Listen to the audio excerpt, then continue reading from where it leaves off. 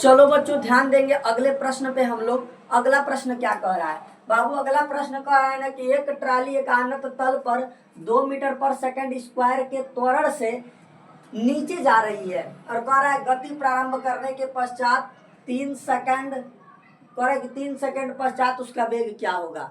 बच्चों ध्यान देना, जब कोई भी वस्तु विराम अवस्था में हो, क्या बोले बाबू? जब कोई भी वस्तु किस में हो? विराम अवस्था में हो और उसके बाद वो चलना प्रारंभ करे ना, तो उसकी प्रारंभिक वेग जो u होता है ना वो शून्य हो जाती है। समझ में आ रही है? कोई भी कहे कि एक रेलगाड़ी स्टेशन से चलना प्रारंभ करती है, कोई बस स्टैंड से चलना प्रारंभ करती है, कोई व्यक्ति घर से चलना प्रारंभ करता है, तो बाबू जब विराम अवस्था से वो चलना प्रारंभ करेगा तो उसकी प्रारंभिक वेग u जो होगी ना वो शून्य हो जाएगा। यहाँ तक तो क्लियर है ना? आगे चलता हूँ, आगे ध्यान देना। कह रहा है का कि कितने के त्वरण से नीचे जा रही है? 2 मीटर पर सेकंड स्क्वायर के त्वरण से। तो यहाँ पे लिख सकते हैं ना हो कि त्वरण a बराबर 2 मीटर पर सेकंड स्क्वायर। समझ में आ रही है? अब आगे चलता हूँ। उसके बाद क्या कह रहा है कि नीचे जा रही है, कह रहा है कि गति प्रारंभ करने के पश्चात।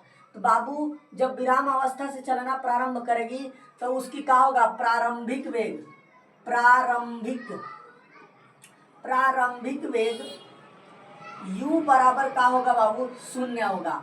प्रारंभिक वेग u बराबर शून्य। अब क्या कह रहा है ना कि गति प्रारंभ करने के 3 सेकंड पश्चात। तो बाबू समय ना हो गया हो, समय t बराबर कितना? 3 सेकंड।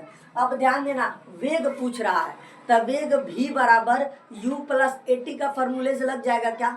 वेग v बराबर u प्लस at का फॉर्मूले से लग जाएगा का? ये फॉर्मूला किसका है? गति का प्रथम नियम। गति का प्रथम नियम का फॉर्मूला है।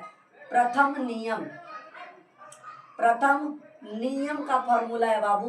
कौन सा फॉर्मूला है? v बराबर u प्लस at। जो हमको u और a मिल गया है, t भी मिल गई है, v का मान अच्छे से निकाल लेंगे। अब ध्यान देना, तो यहाँ से देखें तो v बराबर u का मान बाबू 0 और ध्यान देना प्लस a का मतलब क्या? 2 और t का मतलब क्या? 3। अब क्या करेंगे? जो 2/6 मीटर पर सेकंड। समझ में आया बाबू? चलिए तो फिर अगले प्रश्न में मिलते हैं, ध्यान दीजिएगा।